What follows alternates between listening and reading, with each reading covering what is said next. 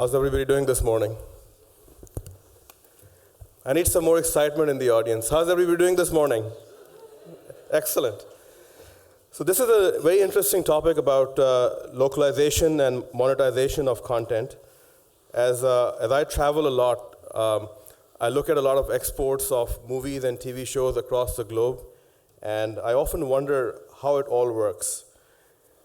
To shed light on that, we have an illustrious panel here today that brings experiences from different walks of life and a lot of depth in this area, and they'll take us through the journey and share their experiences with us. On my left here is Rashad Al-Harmoudi, man of many talents, from finance to marketing, and in addition to his day job at Mubadala, he's created an amazing cartoon character called Mansoor, which has taken a big set of concepts from the region, not just from an Emirati point of view, but from a regional point of view, and has gone ahead and built an entire franchise on top of that. Next, we have Robert Knizwick, who is with Sesame Street Workshop, which is very near and dear to my heart. Growing up in Kuwait, I thought Sesame Street is actually a Kuwaiti show. It wasn't until I left and went to New York that I realized that, holy shit, they have this in the US as well. So, Sanjay Rania brings experience from South and Southeast Asia, and he'll shed some live, interesting perspectives on how does Bollywood translate into our part of the world, where I often don't understand why people in India just start singing and dancing on every occasion. So hopefully you can help us understand that a little bit more. And then last but not least, Amira Rashad, being former head of Yahoo across Middle East, Africa, and Turkey, will actually give you a lot of depth in this area because her thesis in her master's degree was exactly on this topic. So I'm privileged to be among an amazing group of speakers here. So let's start off with the definition and setting the stage, because localization can mean anything to anyone. People in general may think it's just you take content and you dub that in the local language and voila, you're up and running, which is when I grew up, I used to watch old martial arts movies dubbed from Chinese and English, and the words would be somewhere else and the mouth would be moving somewhere else. We've come a long way since then. So can you guys talk about what is the right definition of localization? Is it just the language, or do you also look at context and culture and other aspects of that? Rashad?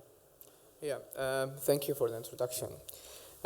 Actually, localization is more than that, because when you dub a content from outside and you bring it in here, it's not about the language, it's more than that. We're creating over here a Mansoor show, and the Mansoor show, it has inherited the culture and the principles and the values of an Emirati and Arab youth. So it's not only about dubbing, it's about the value and the principle of the show.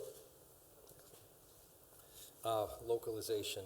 There's a story around how Sesame Street began to be localized. And in 1969, when Sesame Street became very popular, immediately after it launched, broadcasters came to the United States and said, we want to show this to our children too.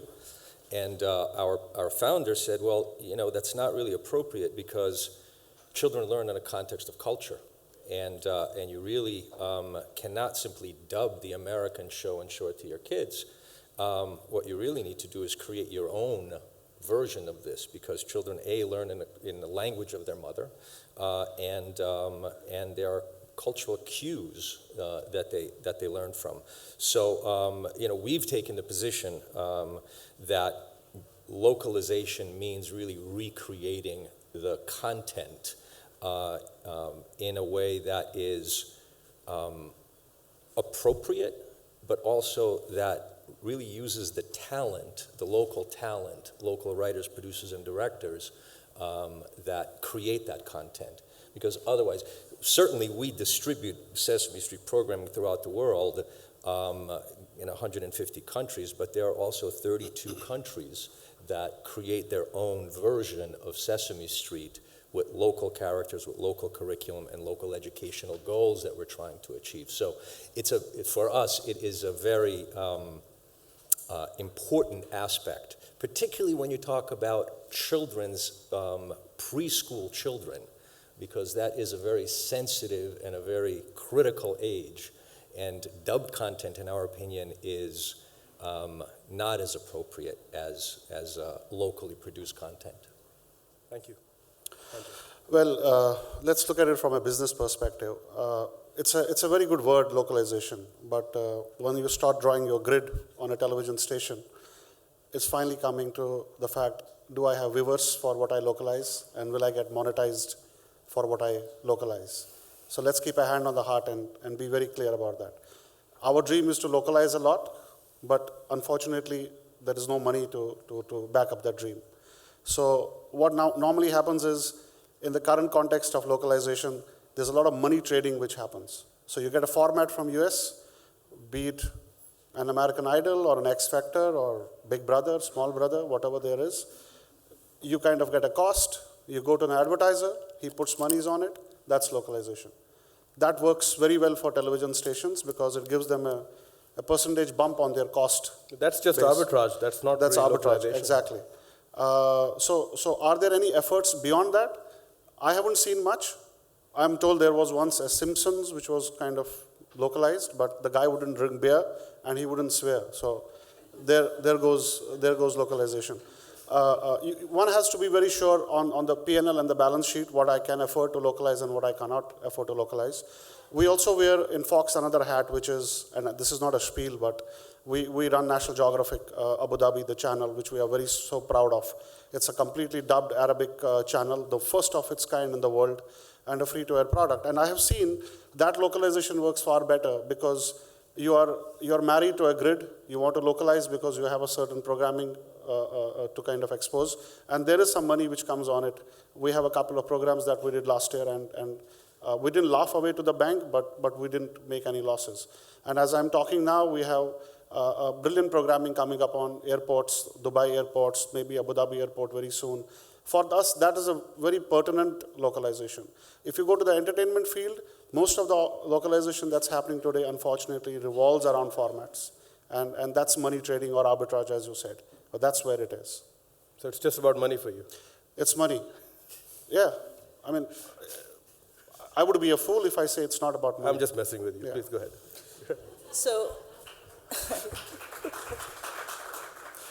So local content at its most basic level is about meeting local needs. And local needs are addressed through a whole spectrum of different formats of content. You could start from the simple dubbing exercise to developing a format that existed elsewhere with a local color, and moving down that spectrum, creating shows that are from the market itself with cultural nuances that make sense and so on. We see that sort of movement down that spectrum in digital media, where you go all the way to UGC, user-generated content, where a lot of the content is from the market and for the market at the same time. So I like to think of it as being the spectrum where there's content that is extremely appropriate to a market, call it, candid camera type comedy content that has no language whatsoever, that is created in, X or Y market, is very relevant, it's very funny in, a lot of markets, and yet may not necessarily be created in that market. So where the content originates is, in my mind, less relevant to how it addresses the local need. That's a good point. We have an audience survey that I'd like you guys to take, and that'll sort of help guide the discussion that we have. Can I have the survey up, please? So the question on the survey, which just is, what type of international players would most benefit from a localized approach to the Middle East market? Would it be television broadcasters, digital media services, game companies, or e-commerce players? Would you be kind enough to take the survey, please? From what I understand, the winner wins a vacation to the Seychelles, but let's see. Wow, so the winner is television broadcasting still in this day and age.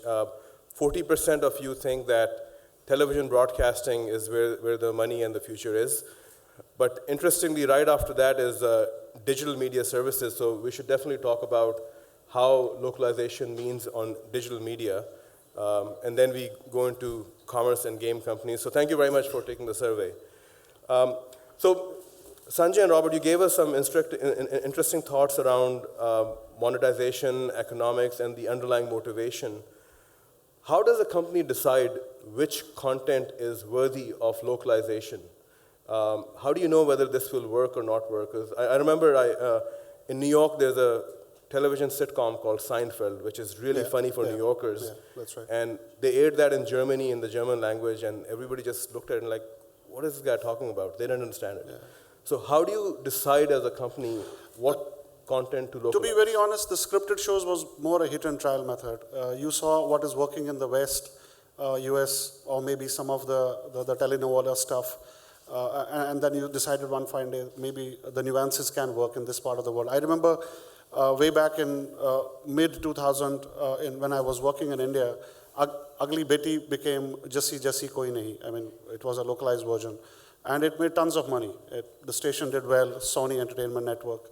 But beyond that, I see now 24 being localized in India, but the audiences aren't watching it in the same numbers as they would have probably watched the US original series. So scripted series, for example, we bring The Walking Dead on the television. Now you can't have local zombies. So there are no zombies in India. Well, there are zombies, but you know, it's like Armageddon. It can only happen in America. So Bollywood can't claim to have Armageddon. So it's a lot about hit and trial method, to be very honest. I would personally understand the Arabic culture, which is about families, about being generous, about being supportive of a system of families and stuff like that, can draw a lot of parallels with either a lot of telenovelas, which is again about families and stuff, or even some of the Indian content, which kind of can be localized at some point of time. Remember one thing, in entertainment, there are only two ways of localizing, and maybe there is a third which I'm not aware of. It's either a format where there is big bucks, the American Idol types, the X Factor types, or it is these scripted shows which haven't been much experimented with. So the choice is basically, it's a gut feel at the end of the day. It's a hit and trial method. There isn't any other way to do it. But Robert, your company looks at a bigger cause than that, right? Well, you know, I think my perspective represents a very different view on localization, and specifically because Sesame Workshop is a not-for-profit company, right? And we are mission-driven, not revenue-driven. So Sanjay, I have a sort of a different viewpoint on what our entree is into this discussion. Yeah, I work for Rupert Murdoch, so. Right? So, He's listening to this, by the way. you know, so particularly when it comes to children's content, there are very special considerations when you speak about that. It's hard to monetize that, right? You can't really advertise. You can't really, you can't have product placement. There are all kinds of self-imposed rules that you put into place because you are delivering content to the most vulnerable, to the most impressionistic audiences that there are. So it's key for us, you know, and then there's a debate around how do you sustain these efforts? And Rashad and I were talking about this around the necessity to, in many places, to subsidize that content because it is after all, intended to produce a particular result, and that is to educate, to create a goal that you're after, whether it's a literacy goal or a health goal or, you know, a social goal, and it's hard to monetize that. So we, as an organization, do not look at it from the perspective, what is our bottom line and how can we clearly monetize that? We look at it, what kind of a social benefit can we provide? And you can put a value against that, right? You can put a value against that in the long term in terms of what kind of benefits that will provide to society, to a country, to have an educated population. So there is a different equation that you can assign to this kind of an investment that isn't a bottom line investment, right? I agree. It's very un-Rupert Murdochish. There's nothing un-Rupert Murdochish. The fact is, I completely agree with him, but look at the environment, look at the ecosystem. If you had a pay TV environment in this part of the world which was robust, then challenges like these are easily met. We have a channel called Baby TV, very few people know about it. We cannot do a free-to-air version of it, even if we had huge demand for it, for the simple reason that advertising to that kind of an audience is a no-no. I mean, even we would, in spite of all our bottom-line-driven missions, wouldn't want to do it. We get calls every day from TV stations around the region saying, can we syndicate the Baby TV content because it's very compelling and works very well with the toddlers? We can't do it because we know their end mission is to monetize it. So it's fine if you have a pay TV environment where there is no advertising, where there is no reason to ask for local advertising, you get a pay TV carriage, then it works very well. So I completely agree, and West is primarily pay TV driven. There's very little free to air which works that way. But to put it free and make people watch, I mean, I don't agree. Let's go to Rashad. Rashad, tell us more about Mansoor.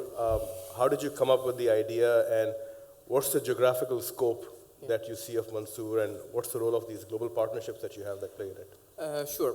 Now, actually, you have a clip that you'd like to show first. all right, we can show the clip first, and let's look at Mansoor.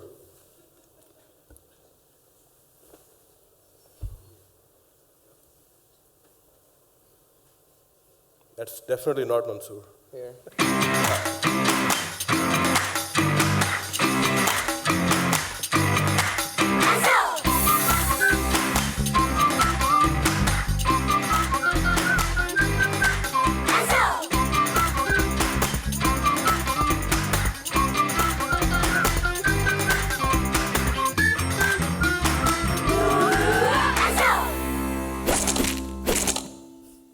It reminds me of Dora the Explorer. Actually, it's good to have some visual around Mansoor for those people who don't know Mansoor. Thanks a lot. Nice. Now, the creation of Mansoor came because we wanted to communicate with the youth, the tomorrow's leader. The 5 years old today are the tomorrow's leader. And the economy is diversifying away from oil and gas and promoting a lot of STEM, which is engineer, math, and technology and science. So one of Mansoor's objectives is to reach out to those youth and tell them about 10, 15 years, they are creation of jobs. And those jobs will require the STEM, which I just mentioned. And this is one of the pillars. And the second pillar, which is very important, is promoting healthy lifestyle. If you saw just Mansoor, he's running away from diabetes monster to eat healthy food. And this is the message we have in Mansoor. And all the messages are very indirect. And we have a huge, and we suffer from diabetes, and we suffer from obesity. But it's very important to tackle this in the show. And the third, and which is very important aspects of Mansoor, is culture and identity. Today, we are no longer should just rely being consumer of imported content. Today, we should export and produce content from Abu Dhabi, creation of content, local content, for the outside world, which is the Arab youth. And Emiratis and Arab shows that you just seen right now, it's not for them to watch. We have Emiratis, we have Arab youth, they're also producing the show and also producing the game that you just seen. Now, it's very important to have global partnerships. And global partnership for Mansoor is based on Cartoon Network and collaboration with 2454. Cartoon Network, we have collaboration with them in terms of channel. We created Home for Mansoor. Mansoor now is being aired in Cartoon Network and reaches out to 120 million and Emirati youth with its relevant content to them. And also we have another collaboration with Cartoon Network Production where we are tapping into their expertise of producing animation. And in 244 is a home where Mansoor is being produced. I'm very proud to say that we have Cartoon Network Academy that graduates 10 students every year. And those people are currently working on Mansoor. And why it could go beyond UAE? Because Mansoor has a social message which is relevant to the region. Mansoor is local in Arabic content. And there is a need for local content. And we are responding to those needs. In fact, we saw there is a high peak in Egypt and Saudi Arabia. We responded to this need by introducing new characters in season 2. We have Egyptian character, we have Saudi character, and Mansour travels in season 2 in different countries to highlight the countries that is relevant to them. And this is about Mansour apparently in very brief. So at what point do you see this becoming truly global, the way Dora, being a Hispanic character, became a global character regardless of ethnicity and geography? We got a lot of interest in Indonesia, and we got in Europe as well, because Mansour because we have a need in the Muslim content. So Mansour represents also a Muslim population that live outside the MENA region as well. Like Indonesia, we have similar culture, similar principle, not similar language, but we have similarities between us. It might go beyond also the boundaries of Arab region. And in fact, just to elaborate on that, when we launched the game that you've seen, we had 1.2 million downloads. And those downloads, number one, came from Egypt, Saudi Arabia, then came from Emirates and Jordan and Iraq. So we have interest not only in UAE, it's beyond UAE, and I'm hoping to go beyond the MENA region as well. Of course, my kids growing up in New York are Muslim kids, and they would love to relate to something like this. Definitely, yes. Thanks. Amira, you have a lot of experience in the digital world. What does localization of content mean when you put the digital realm on top of that? And as we saw from the audience survey, that's sort of the second biggest area where localization matters. So I actually wanted to take just a very small step back to address why are we even talking about localization. If you talk about the economics of content, especially large entertainment content that ends up being global or even regional, basically it costs a lot of money. There's a lot of fixed cost there, and therefore you attempt to localize you attempt to recoup that investment by getting the most broadest or the greatest audience you could possibly get. That type of economic structure changes to a great degree when you talk about digital. And the reason why it changes is because of the empowerment or the enablement that digital gives to, we talked about the citizen journalists, we talked about the YouTubers, now everybody's generating content. And more that content is becoming of a quality that is shareable and very monetizable. People want to advertise on, Eshili, the U-turn productions from Saudi Arabia, or Talvaz 11, or there are a lot of companies that are, these are just two examples from the region. There are parallels all over the world. So the point I'm trying to make is that formula completely changes. And therefore, you can afford to experiment a lot more with what you put out there. And also, you're enabling, there is almost this expectation from what I consume on a digital level for extra local content. So when I watch something on TV, it could be happening anywhere in the world. When I read my local newspaper, I expect it to be very local. I could go online and find out what's happening at, the garage sale that's happening at the end of my street. There's this inherent expectation that it could be extra super local. So combine those two, the ability to create content given to everybody, and the expectation that I could get, the most detailed level of information or entertainment that suits my needs, even on a personalized basis, and you have huge expectations for content in general, be it local, i.e.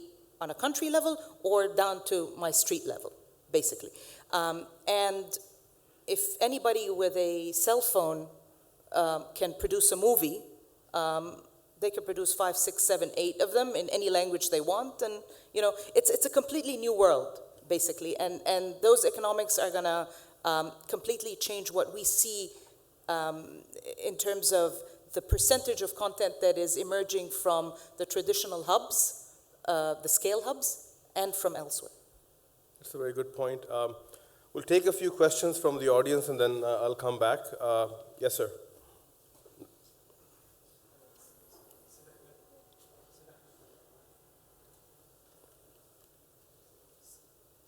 No, Working? Oh, sorry. Sid Ahmed Ben Rawan, professor at the University of Minnesota, Carson School of Management, USA. Much of the conversation we're having in this panel actually has to do with a very simple question. Can we translate culture, yes or no? And the answer is no. If you translate a culture, most likely you will harm the culture, but also you will harm the person who's watching that video or that content. So the very simple question I have for the panel, and specifically for the gentleman from Fox, is that if this market is huge in terms of potential of advancement, as we have been just told, then what prevents a player such as Fox to invest in talents like Mansour or other local talents who would be able actually to develop the specific content, cultural sensitive content for the region? Thank you. Not that we have not invested. First of all, we have two examples in front of us. We have a channel called Fox, which was a completely English language series channel till about 2 years back. And one fine day we decided, let's completely dub it. Now that's a lot of resource that goes beyond it, choosing the right voice, right voices, the right talent, and so on and so forth. We saw a bump in the viewership on that channel, but that's where it has remained. Point number two, we decided 5 years back in the year 2008 to launch the world's first National Geographic channel, completely dubbed in Arabic in this region through the aegis of Abu Dhabi Media. And that has been a most fantastic example of localization of our content. Now, in that perspective, we are not only getting international series and dubbing them in Arabic, because that is very easy and done. We have decided to go ahead and invest a lot in local programming. So as we are talking, there is a season 3 of The Ultimate Airport, Dubai, being already shot. The 2 series have already gone on air. In that case, we didn't look at monetization, to say the least. We did a mega structure on Burj Khalifa. We didn't look at monetization for that. We did a mega structure on the beautiful company called Al Marai in Saudi Arabia, and we are doing some more work with them. Last year, we did something on photography, because we feel that this region and its people are the most dynamic people in the world, and they all love their photography. They all love their culture. So we did a program called I Am a Nat Geo Photographer, which was a 4-part series, and we got some brands along. So there are experiments that keep happening, and we are not saying that people aren't doing it. We are probably the only international company that has gone ahead and decided that localization is the way forward. As I'm talking to you, we have 2 entertainment products, one called So You Think You Can Dance, and another one called Dancing with the Stars, which is coming up in the month of Feb. They are all localized. You will have Arabic talent playing on them. And so there is a lot of investment which is going. But the moot point is, yes, you are right. You cannot translate cultures. You can take nuances and keep adding on to that. But finally, at the end of the day, and this is as a TV broadcaster, we have a show to run. We have limited monies. So our attention will largely be driven that are we making sense of the monies that we have. That's the bottom line for any business, not only ours. So that kind of limits you at a point of time, what all you can do and what you cannot do. But I beg to differ on the point that you cannot export or translate culture. There are examples Bollywood, across.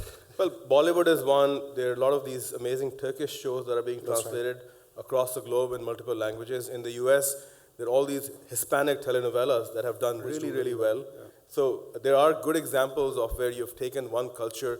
You might not be able to translate that, but you're exposing other cultures to these, and they're actually doing quite well because it's something new. We're sick and tired of watching shows around crime, mysteries, and all that kind of stuff. So people are looking for new content, and there are good examples in different parts of the world. Even in Southeast Asia, where Korean content was watched by every Chinese you can meet in Singapore and Malaysia, right, and in Indonesia.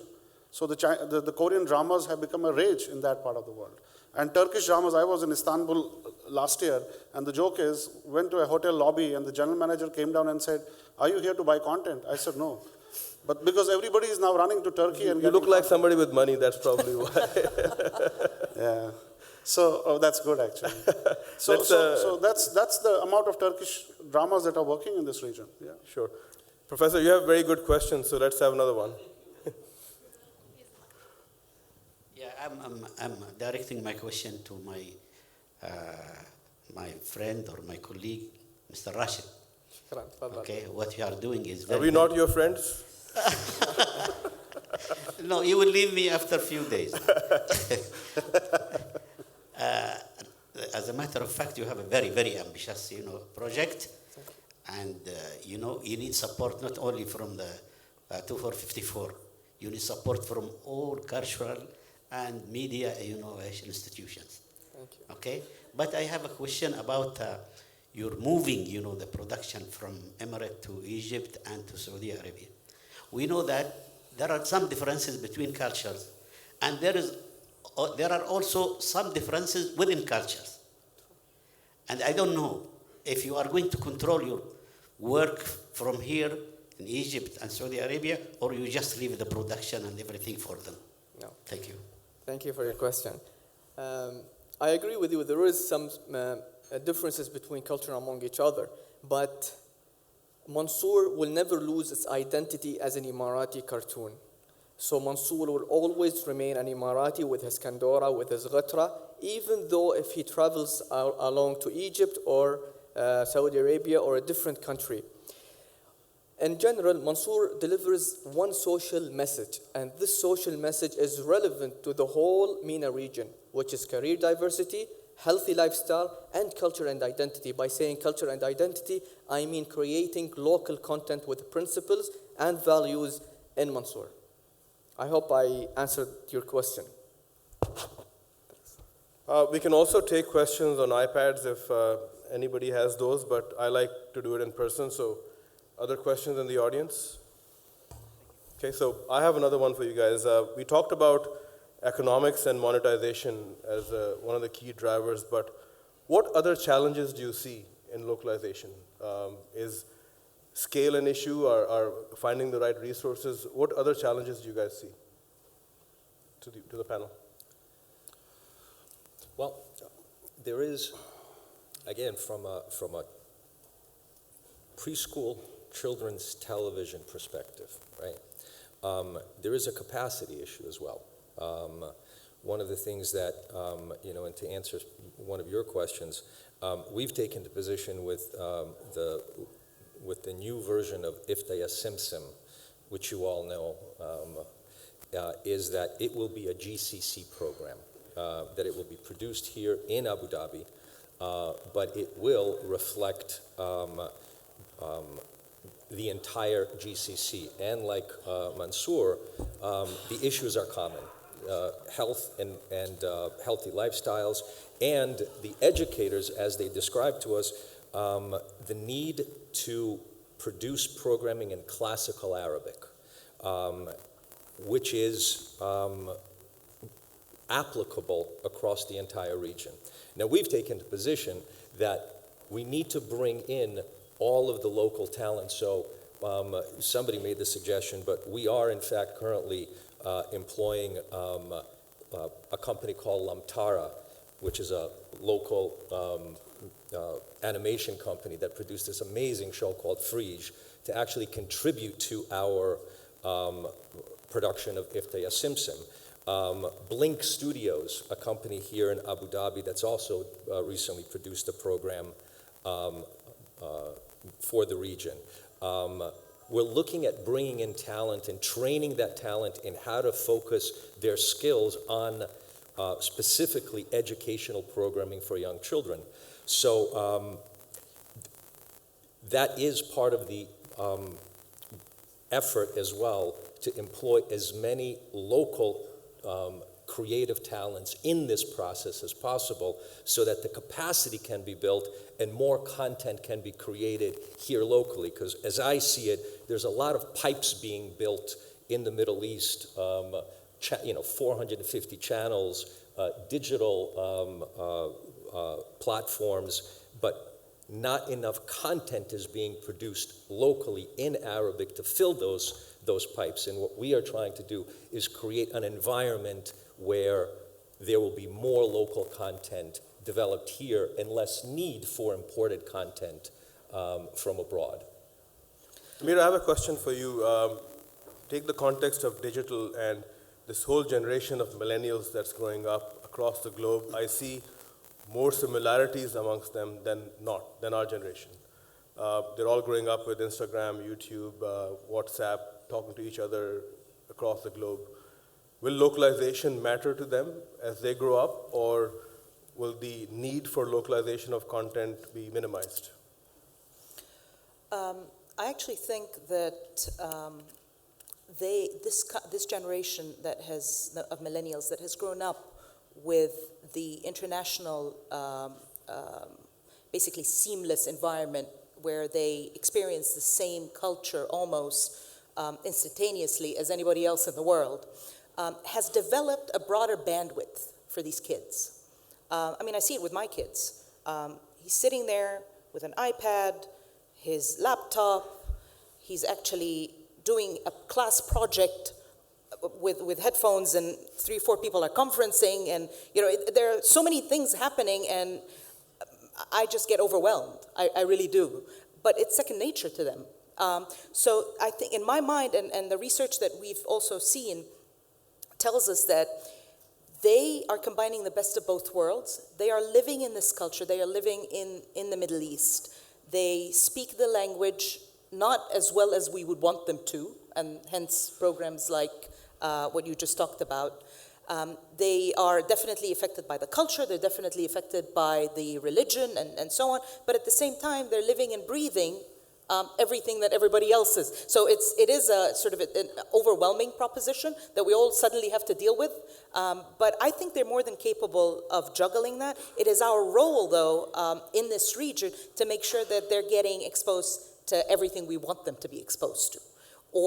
And when they do see things coming from other cultures, that they do have the filter to digest these things or put them to the side or what have you. Because believe it or not, the time for censorship has gone away. It is now the time for kids to be equipped to deal with things and to know what's good for them and what isn't.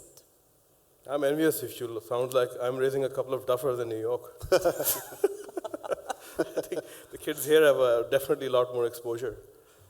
Yeah. So how does that relate to you when you're creating Mansoor as a show? And yes, you can cater to the kids today, but there's a whole generation growing up that's connected. Will Mansoor mean something different to them?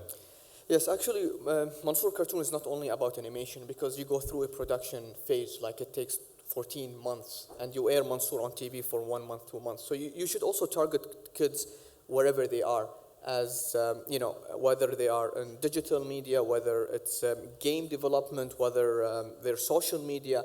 So we make sure that Mansoor is out there whenever the kids need to consume content for Mansoor. It's like a 360-degree media. Got it. So, any more questions from the audience? I know that it's lunchtime and everybody is hungry. Yes, lady right here.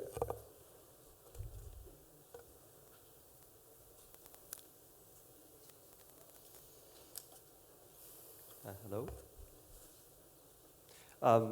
My name is, I'm on the other side. Yep, right here. Hello. Yes, I And can I'm see. not a lady, but cool. My name is Ahmed al-Shagra. There's a lot of light, so I can't tell. I run a edtech in Arabic startup called nedros.com. And my family's been struggling with my child being addicted to the iPad.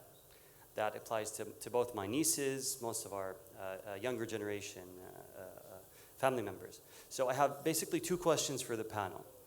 The first is, where do you see the most growth in organic, local, and I'm just using the word organic to contrast localization, in organic, local content versus localized content for the region? And where do you see the most content being consumed for each category?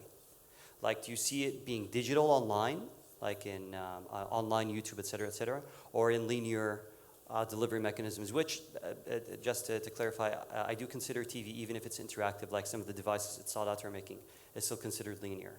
So where do you see the most growth, and on which medium? Thank you. I can take a stab at that. So let's start with the status quo.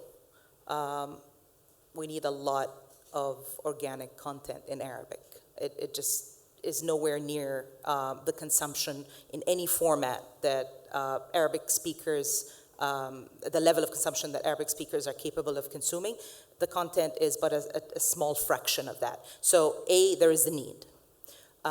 What is going to happen is going to totally depend on, again, the economics. So are you going to find the funding necessary to develop that kind of content? And in my mind, again, back to the economics, that is more likely to happen online than it is in a linear format, simply because it is cheaper to do, it is cheaper to finance, and it is within people's reach to do that. Now, the quality of that content is going to be very different from the big-scale productions that you have in mass media, like TV or print or what have you. But in terms of where I'm expecting it to happen, I'm expecting it to happen in a much bigger scale online.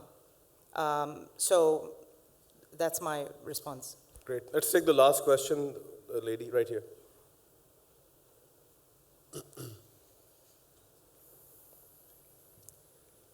Hi, my name is Hanadi Alayan. I'm a filmmaker. My question is for the whole panel, but also specifically for Rashad. When it comes to creating local content, if someday you wanted to create more controversial content, what would be your concerns regarding censorship? What do you mean, the other way around, you mean?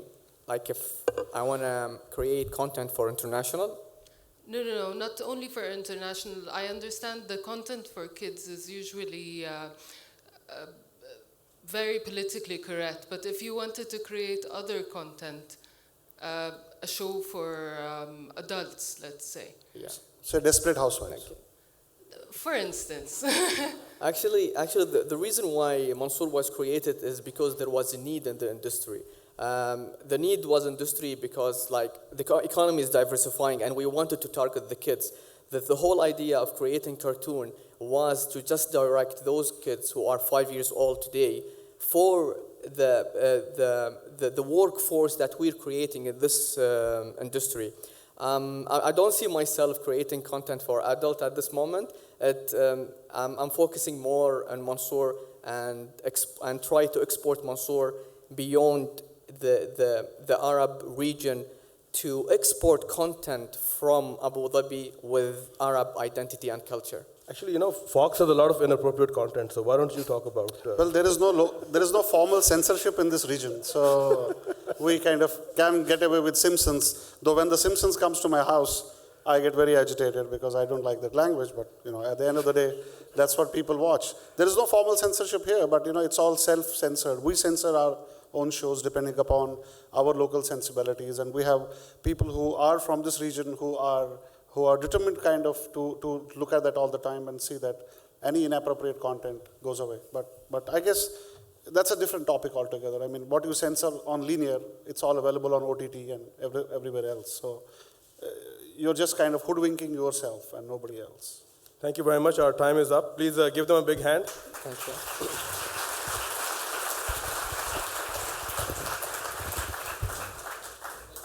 For this great panel.